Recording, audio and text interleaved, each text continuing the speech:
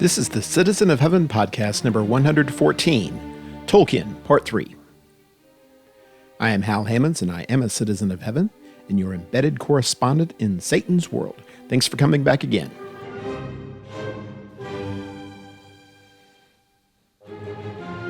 This episode represents the final section of my conversation with Josh Everett, professor of British literature at Central Texas College, and Edwin Crozier, preacher and co-host of the Text Talk podcast. If you have not checked out the first two installments, please do so. Here we discuss the literary legacy J.R.R. Tolkien has left for us, and the legacy of faith we inherit from those who came before and leave to those who come up afterward. This is what I've been playing. Generic fantasy is a term board gamers often use to describe the sort of quasi-human characters that have become ubiquitous in our lifetime. We've seen enough dwarves, goblins, elves, sorcerers, and halflings to fill a game library, and that's exactly what many have done. Others scoff at generic fantasy, saying it's all the same, hopelessly derivative and cliché. But it wasn't cliché in Tolkien's day. He made it cliché by doing it so well and inspiring thousands of copycats. We inherit a legacy from earlier generations of Christians, and we leave one for the generations to come. How important is it to respect what we have received, and what measures can we take to leave something valuable behind? So I have to tell a story here. My wife's best friend in college very much liked the David Eddings books, the Belgariad and the Malorian, which are fantastic. I love them as well. I talked to her. I said, well, of course, that means you've read Lord of the Rings. She said, I tried, but it just seemed like a copy of the Belgariad and the Malorian. It just seemed like he was copying that too much. And I was just like, you realize which one came first, right? You have latched on to the copy, which is a fantastic book, and I like those series as well. And so, so it is interesting. I love the way you lead into this, because that's exactly what's happened. This whole fantasy realm has, especially for folks who don't like it. I've got a really good friend who I just promise you, when he turns on this podcast and finds out that the anchor is Lord of the Rings, he's going to shut it off. It blows my mind, and it's almost become like a sticking point for him that Edwin likes this so much. I refuse to get into Lord of the Rings, and he's missing out. But for those kind of folks, it has become kind of cliche, and they don't quite grasp it. So, but it is because he did it so well, and that actually leads us into some other stuff, like the fact that Josh, as an English professor and speaker, I'm sure you've probably could say this sort of thing, that there's like 7 stories in all the history of man. Isn't that the way it works? I don't know what the actual number is, but it's something like that. Maybe it's 10. But and fundamentally, what we have with the story of Jesus is at this fundamental level the ultimate story, and that's why there's so many, even stories that aren't intentionally trying to mirror the Christ story. They end up accidentally doing it because it's just such a fundamental story that it finds its way into everything. I know that's not what your question was really asking about, but it reminded me of that event. So getting back to your question regarding the legacy, I think about how Bilbo and Frodo connect. Bilbo is from The Hobbit. I remember when I first started reading The Lord of the Rings as a teenager, I almost put it down because it wasn't about Bilbo. I had read The Hobbit. I loved The Hobbit. It was great. There and back again. It's amazing. Bilbo is just this wonderful person who was, you'd never expect anything of him, but he ends up being this great hero, even though his heroism is not about going onto the battlefield and striking people down. In fact, for folks who've never read the book, when they go from the movies to the book and they find out that the Battle of Five Armies happened while Bilbo was unconscious, and so you see none of it, it kind of disappoints them. But Bilbo's heroism was something completely different. And so then I opened up The Lord of the Rings, that was, in my mind, supposed to be the sequel. And, well, it's not about Bilbo at all. And yet, what we have is the legacy. We do have the legacy. Bilbo, as the one who actually was following in the legacy of his Took side, as opposed to the Baggins side. And so who knows what all that story was behind. But Frodo is the one of his relations that he says, you are most like me, and that's why I adopted you. And so we see that legacy of stepping up to the adventure, of rather than running away and hiding from it, I'm going to step up to it. And it was just a wonderful picture of the legacy of, I'm standing on the shoulders of the giants before me, and then I'm passing that on to the next generation. And for Bilbo and for Frodo, it was that idea of, I don't run from it, I step up to it. I don't think I can make it, I don't think I can do it, but I'm going to step up. I think we're seeing, yeah, the Lord of the Rings and maybe also the Chronicles of Narnia are taking on an even higher level of kind of fame. I think a lot has been the movies, right? Peter Jackson did so much for Lord of the Rings to kind of bring it into the mainstream. I mean, before Peter Jackson's Lord of the Rings, you know, it was only like the nerdiest of nerds, probably, right? That actually knew the full story of Lord of the Rings and the Hobbit. You know, it was sort that of, hurts. That hurts, Josh. well, that hurts. I'm putting myself in that same category, right? I'm putting myself in that same category, but it wasn't, not a lot of people, unless you're like a really big reader of fantasy lore, you know, it kind of had that certain stigma for a while. But today, you know, like everybody knows probably who Aragorn is, and Frodo, and Lord of the Rings has taken on this great level of fame. But I agree that you know, we see a lot of other works that have come later. In Harry Potter, there's a lot of Lord of the Rings and Harry Potter. As huge as that has become, you know, you can't look at Dumbledore and not think of Gandalf. You can't look at a lot of the Having other, the same actor helps, you know. Yeah. Or almost the same actor. Yeah, I mean, they look so much alike. Yeah, maybe they look alike. But yeah, a lot of people don't understand the legacy that Lord of the Rings kind of has established, and how many copycat stories we've had come later. But I also agree with Edwin that Tolkien, you know, wasn't necessarily inventing a completely original story. I mean, there's a lot of Christian echoes in Lord of the Rings, and he self-admittedly, he tried to keep those very subtle, I think more so than Lewis did. You know, when you look at Aslan in Chronicles of Narnia, and in the sacrifice of Aslan on the stone table, right, sacrificing himself in place of Edmund, and then being resurrected. I mean, there's clear, overt echoes of the Christ story, right, that we see. Tolkien was more subtle, I think, in those parallels, but we do see them. You know, the Gandalf falling off the bridge of Khazad-dûm and falling into sort of oblivion, and then being sort of resurrected or reborn in a sense, and coming back as Gandalf the White, coming back in more powerful than before. Maybe there's echoes of, you know, Jesus and Revelation, the idea of the role that Jesus plays in Revelation, this sort of very powerful figure. You know, when we think about Aragorn, the Return of the King, right? That third book, The Return of the King, I think is a clear reference to the idea of Jesus returning to the you know, to his rightful place, or returning to the earth in the second coming, in you know, and ruling, you know, as the King of heaven, you know, forever. So there's definitely some of those parallels there that we see. But I think that these hero stories are of great significant value, right? And when we look at the Bible, I mean, it's full of hero stories, and they're not just stories in this case, right? They're truths.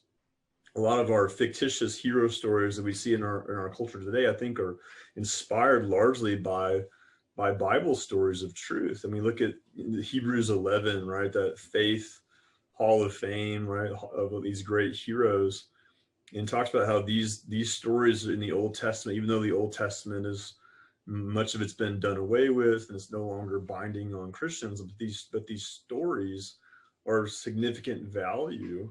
Stories about Enoch and Noah and Abraham. These are just the people mentioned in Hebrews 11. Moses and Joshua, Gideon, you know, Samson, David, Samuel, Daniel in the lion's den. But we have all these stories of great courage and great strength in the face of, you know, lots of adversity. Gideon, you know, who's taking on an army that largely outnumbered him, and yet through his faith, he's able to overpower that army. And it kind of reminds you, of people in Lord of the Rings who are facing insurmountable odds, it seems, badly outnumbered at Helm's Deep. It seems like all hope is lost, like darkness is about to fall, and they're all about to be obliterated, and yet, they are able to overcome, and the light, comes later and reveals the hope that was always there. And so hero stories are important, and I think we should realize that there's this great legacy of heroism in the Bible, especially, and make sure that our children know these stories from as early as possible. I remember with my mother sitting down and her reading Bible stories to us when we were 2 and 3 years old, and stories about Joshua and Samson and all these great stories. And I remember how much they shaped, my development as a kid, and my concept of courage and strength and faith and righteousness. It's good to have heroes and to look up to these people. And you're right. I mean, Lord of the Rings is taken on such a huge level of status today, and then the Avengers, right? Iron Man and Spider-Man and Batman, and like all these superheroes that have come later. I mean, we are obsessed with heroes in our culture, and we need to make sure that the heroes we look up to have the right value system, because not all of them do. But No. this is something, definitely as Christians, that is important. It's important also to keep our pursuit of legacy in check, because to a very large degree we lose control of our legacy once we're gone. We live our life, and then people are going to do with it what they want. We were talking about technology and how people grew technologically over the centuries, and no doubt when Albert Nobel invented dynamite, he thought that he was going to change the world for good, and he lived long enough to see people destroying one another with it. And the same thing with Oppenheimer and the bomb. And what great advancement of humankind has not been used to destroy humankind over the years? There's always a way to turn it to evil, and we have no control over that. All we can do is do the best we can. Live our lives as best we can, leave whatever behind that we can. I love Nehemiah. Remember me, oh my God, for good. We can just trust that God sees what we're doing, and God sees our heart. And we're setting our children and maybe our grandchildren up, hopefully, to appreciate what we did and why we did it, what we stood for, what we didn't stand for. And if that works something 100 years from now, that's great. But ultimately, my legacy, more than anything else, is I was a Christian. I lived my life in faith. I tried to do the right thing. I tried to be a good example. I took responsibility for myself. These very basic character issues, not so much that I climbed Mount Everest or I swam the English Channel or did some tremendous thing in the short term, that I showed up every day and went to work. I loved my family, things of that nature. So my understanding is that Tolkien was primarily a linguist, and this all started with him creating languages. And secondarily, he always mourned, maybe that's too strong a word, the fact that the English people did not have their own mythology like the Germanic people did, like those of the Norse mythology. And he wanted his people to have a set of stories that anchored them, that they could look back to, that would inspire them to behave in right and proper ways. The way most cultural stories are supposed to do. They're supposed to set the stage. So this is why he ends up going back and writing the Silmarillion, which, as I told you guys before, I know I'm about to ruin my fanboy status because I've never been able to finish that one. I've so tried. So maybe I'll go back and try again, and I'll finally be able to get through it. But he wanted to create a mythology, which is kind of this idea of the legacy.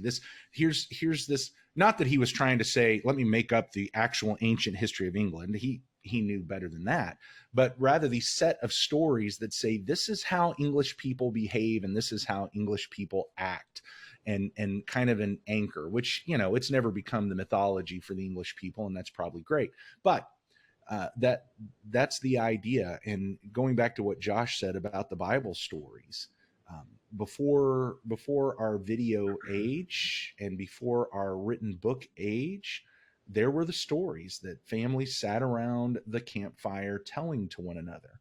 And I don't decry that we've moved on from that. I think there's some benefits in the written culture and some benefits in the video culture. But really, one of the struggles we have today is that, at least here in the American culture, that we have very few uniting stories.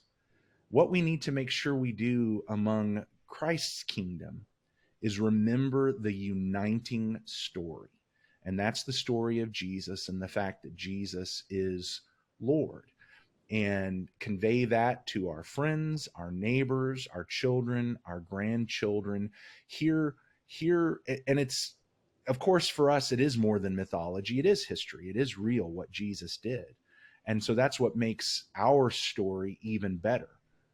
Tolkien makes up a story to try to provide a mythology that governs and are the giants upon which the English people can stand on their shoulders. We actually have real history that can be that.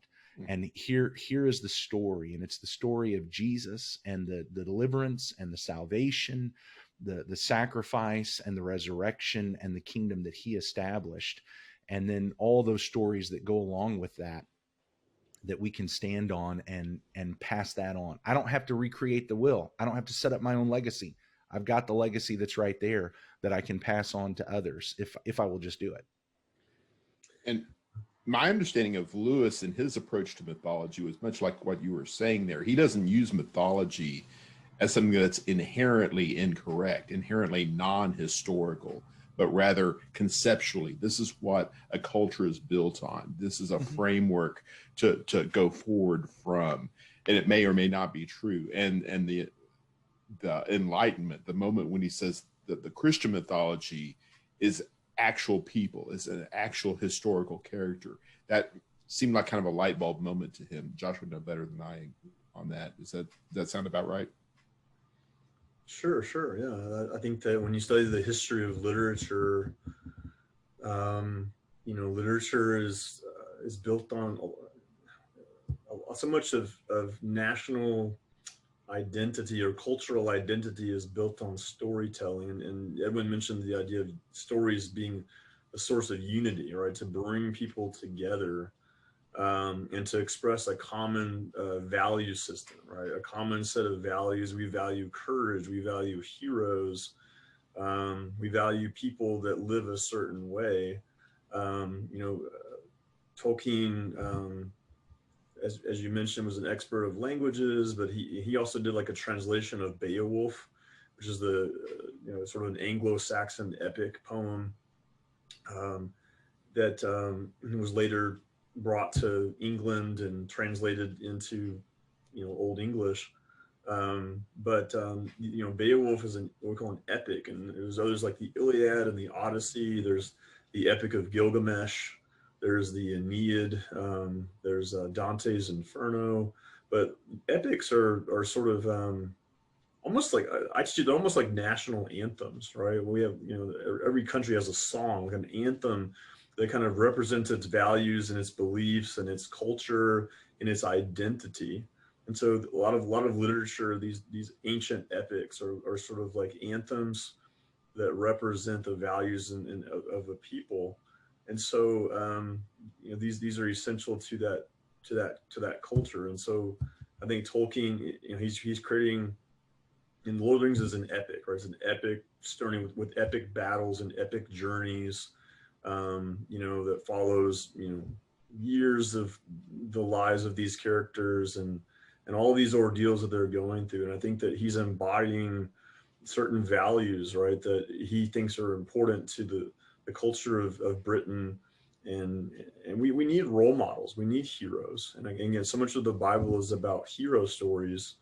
And they embody these virtues and these things that we should have ourselves, that we should develop. And we're not going to probably, be involved in going to battle against thousands of enemies like a lot of the characters in the Old Testament, or we're not going to get supernatural strength like Samson had, or we're not going to, be involved in a worldwide flood, probably like Noah and these kinds of things.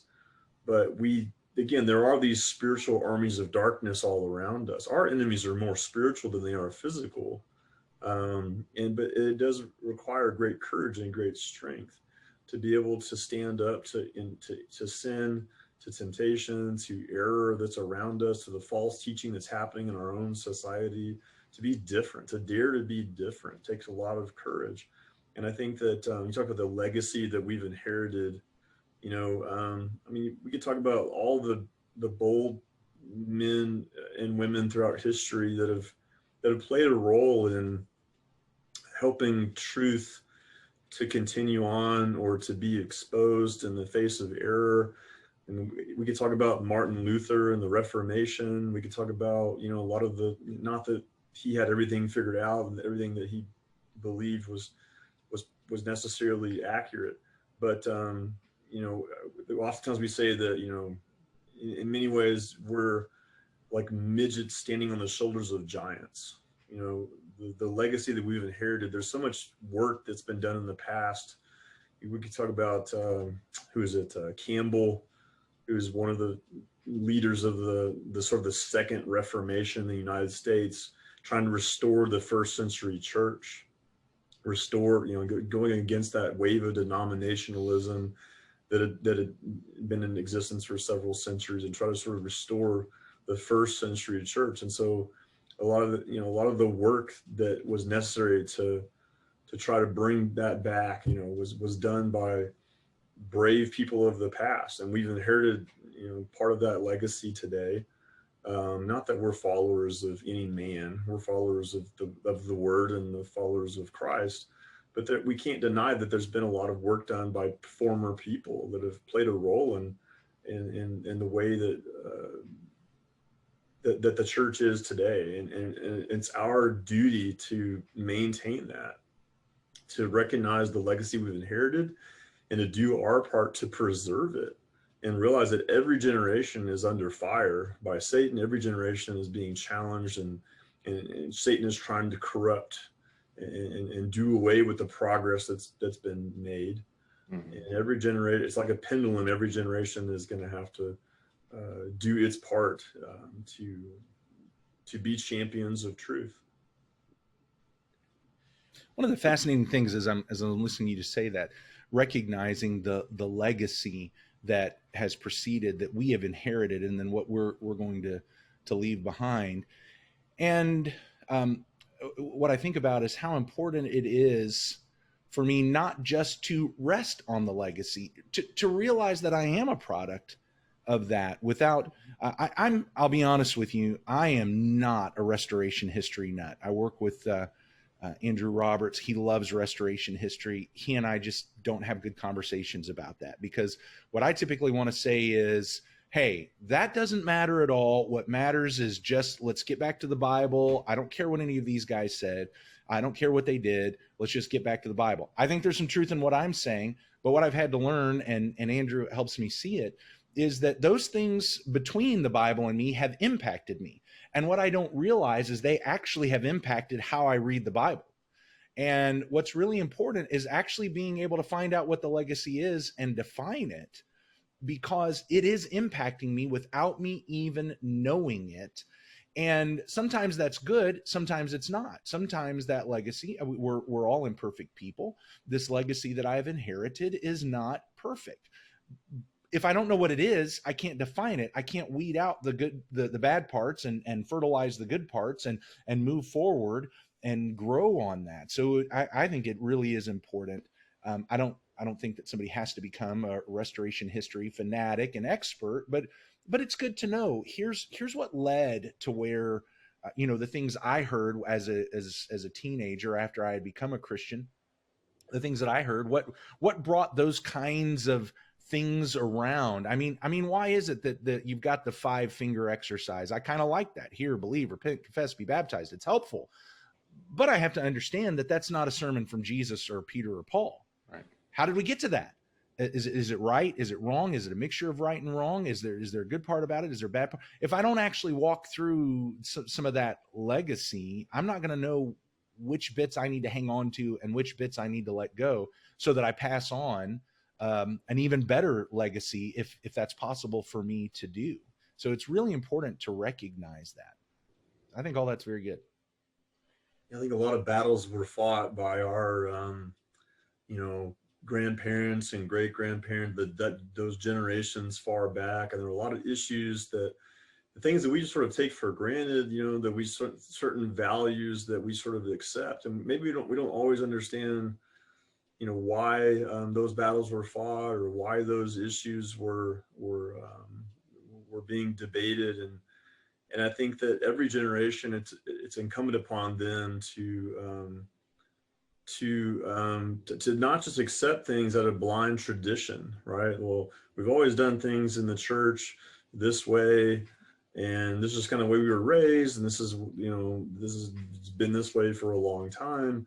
That's how we fall back into error. Number one, I agree with Edwin. We need to make sure that we are realizing that none of our forefathers were not susceptible to error themselves.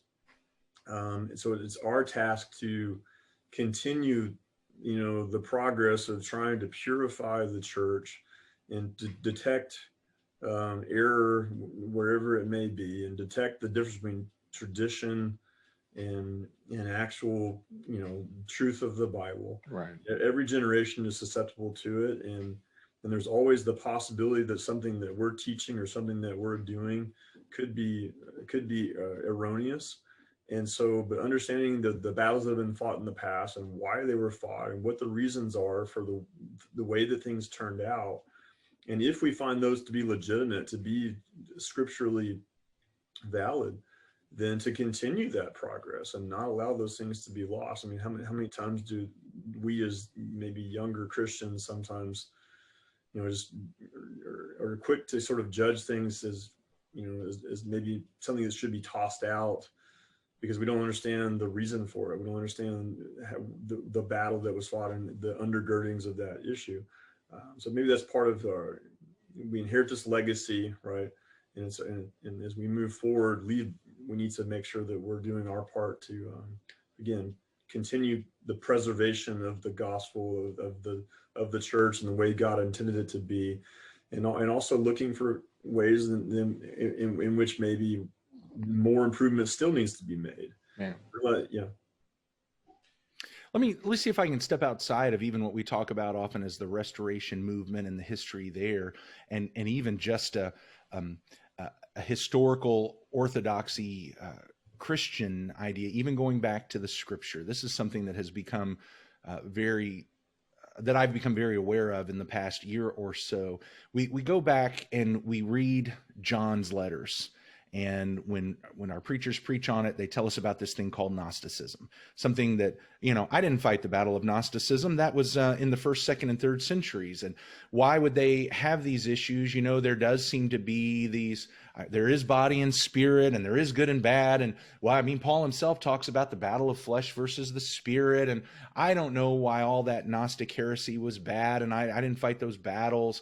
And yet what's very interesting is here we are 2,000 years later, and the same battles are actually coming up. We just don't know it because people aren't calling themselves Gnostics. But so much of what we're facing right now actually goes back to the battles that Christians won for orthodoxy in the 1st and 2nd and 3rd century against these Gnostic heresies. But they've just kind of filtered their way down through, and they're coming back up. And it really is one of the reasons why we are fighting battles on issues of abortion and euthanasia, on issues of sexual identity, transgender issues, because what all of that is actually predicated upon is a Gnostic idea, even though most people who support all of those things I just mentioned have no idea that it is. But it's the duality of body versus person that, what Yoda said, we're not this, we're these luminous beings. And Christians, when Yoda said that, said, oh yeah, that's right, that's what we are. I mean, that's what I said. I thought that's really cool. Actually, no, that's not true. That's actually a Gnostic heresy, that this crude matter is evil and it's bad and it's not who I am. Actually, I am what I am on the inside. And we might have no idea why someone back when that was said by Yoda would stand up and say, hold on, let's not buy into that very quickly. We would have no idea why someone would say that, because we didn't fight those battles and we don't remember the legacy. When I go back to the legacy of that Gnosticism is wrong, that dualism is wrong, that idea that the flesh is utterly sinful, but the spirit is what really matters, that's wrong. Well, now we're starting to reap the fruits of people who did not know the legacy, who even as Christians bought into this dual nature and accepted Gnosticism without knowing that's what they were getting. And now it's leading to, well, maybe it's not wrong to kill a child right after it's born, like the Romans were doing when Christianity got started, because after all, that child hasn't developed a real personhood, and so probably is not a real person. And if you think people aren't saying that, you need to start reading what's actually going on as people are debating the ethics of abortion, because that's actually getting there. But euthanasia itself, somebody whose quality of life is not quite what mine is, their personhood is diminishing, and look, the body is bad and evil, so it's okay to go ahead and kill them.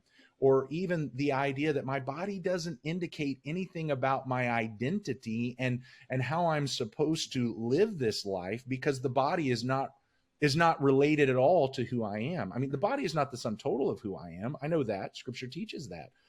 But it is part of who I am. And it does give some indication to how God expects me to live. And so here's this battle that was fought 17 to 1900 years ago that I wasn't a part of. And if I don't learn those things, if I turn my ears off when the preachers and teachers who are going to 1 John and start talking about those battles waged in the 1st and 2nd centuries, because I say, oh, that doesn't matter, that doesn't apply to me. Oh, it'll end up applying, because when we forget that legacy, it sneaks back in and we never even know it, and then it takes over, and we wonder, how did the world get here? Well, I tell you how. We didn't stand up and fight against this thing because we didn't recognize it. The more things change, the more they stay the same, right? Yeah. We often say, history repeats itself, and he who is ignorant of the mistakes of the past is doomed to repeat them. And so, there's you mentioned there's only 7 stories in the history of mankind, and they keep getting repeated over and over again. So there's a lot of things that we can learn from the past that do apply to the future, and maintaining that legacy is understanding the battles that were fought and why they were fought and why they were erroneous and how they keep coming back up again.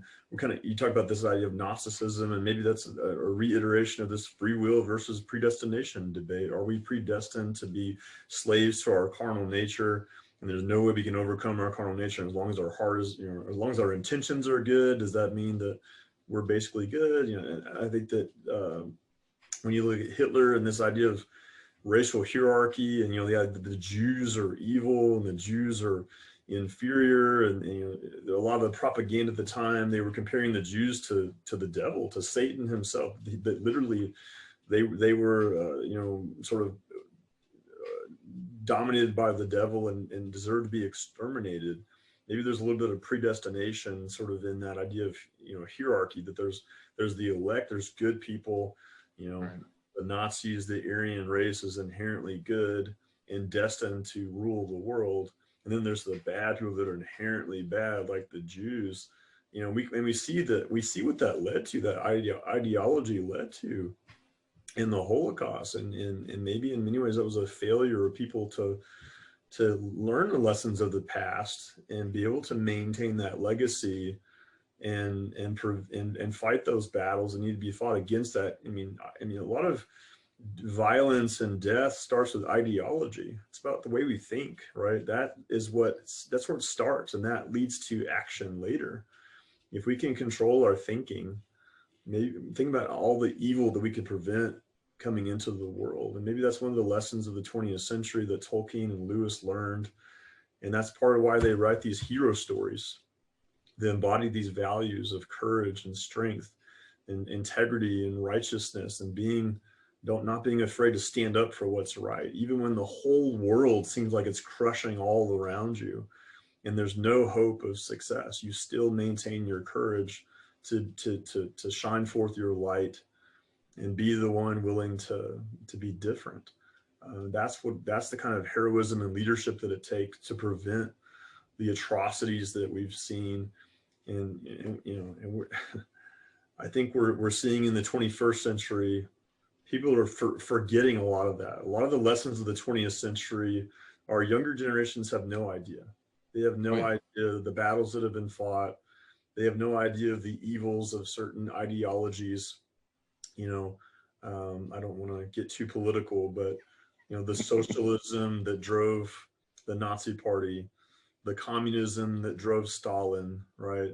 The communism that drove Mao in China, and the millions upon millions of people that died because of certain ideas. And if somebody had just had the strength to stand up against that and say no, right, and learn the lessons of the past and know where that leads. And as Christians, I think it's incumbent upon us to do that too, whether it's in the church itself and the ideas that are being sort of propagated there, or whether it be in society at large. That's part of our hero's sort of journey, or our mission as Christians, is we're called to be heroes too, in our own way. Excellent. Well, let's close off with this. We all have children. You want to tell one story about one Tolkien character. Who do you want to tell them about? I'll let Edwin go first. Oh, yikes. So honestly, man, that is really hard for me to come down to, because there's so many. I mean, truly, I think my favorite character in the whole series is Faramir, in the book version of Faramir. But I think if it were, all right, choose the one that you would want your kids to know about, I think it would be Samwise Gamgee. I think it would be Sam and his loyalty to Frodo. Here's the, and this is why I like Faramir too, because these are the two characters that actually stepped up and withstood the draw of the ring. And I guess what I love Faramir, he's my favorite, but I guess what would make me want to talk to my kids about Samwise was the fact that he used the ring and was able to give it up. And it was because it's kind of this interesting thing where there's this little message that so much of what's going on in our world is not necessarily good or bad. It's how you're going to use it. And Sam was able to use the ring for nothing but service, for nothing but serving Frodo. And so when it came time to give that back, he was able to do that. Again, neither Narnia nor Lord of the Rings is a perfect parallel to all the things that happen in the gospel and in the story of Jesus. But I love Samwise because of his loyalty to another. He was able to overcome the temptation, and I think that's just a powerful lesson that I hope that I learn and can pass on to my kids. I'm glad you asked that question, because honestly, I'd never thought in those terms, but yeah, I want my kids to be Samwise. It's hard to just choose one character out of all the ones that are there, but my favorite's always been Gandalf. It's always been my favorite character. I don't know, just the idea of the wizard, the kind of academic, sort of intellectual, who's kind of the introvert, who's kind of on the edge of society, kind of floating around and helping different groups to sort of become enlightened and be able to understand the big picture of things, and to know what their purpose is and what their mission is and what the dangers and threats are. And I think in a sense, that's kind of what we're called to do as Christians, is to dare to be different, even if we're kind of the odd person in the group who's on sort of a different level of thinking, and we're called to acquire the knowledge that we need to be successful as Christians. But he also sort of conveys that we can't control everything that in this life, right? That there are powers of darkness, there are evil things happening all around us. I think there's one scene where the hobbits are talking to Gandalf about how they just really are having a hard time with the fact that they're in this world of evil and violence and Sauron and all the orcs and goblins and all the death and all the danger and the fear that they're dealing with. And they wish that, they'd been born at a different time, or that, why did I have to be born at this time? And Gandalf says, we can't control that. All that there is to do is to decide what to do with the time that is given to us. That's all that we really have control over. We can't control when we're born. We can't control what happens around us, right? Because of free will, right? Because of the existence of free will, all we can control is ourselves and what we do. As much as we might like to control others, and we might like to impose our will upon others, and there's inherent dangers and problems with that too. And so all we can do is decide what we're going to do. And so we decide that we're going to do the right thing. As much as possible, we're going to try to have a positive influence, and try to shine our lights. And that's what Tolkien and Lewis were doing. In their age, they were very unique, right, as writers. And when you look at the modernist era in literature, most authors were completely the opposite in their ideology. There was a lot of atheism. There was a lot of just sort of very significant pessimism expressed in modernist literature. And so you have these two guys that are just sort of on a different level, a different sort of living in a different world, in terms of, even though they'd gone through, all these horrific things in World War I, right? Lost, all of their best friends practically, had been surrounded by death and chaos and evil. And most people that also went through that turned out negative and pessimistic and atheistic, right? And yet you have these two guys that were different. And again, 90% of what happened, or only 10% of what happened, how we are is what happens to us, and 90% is the way we react to it. And I think they show, that that's true, right? You don't have to react the way that everybody else around you is reacting. You don't have to give in to the fear and the evil and the things that are happening.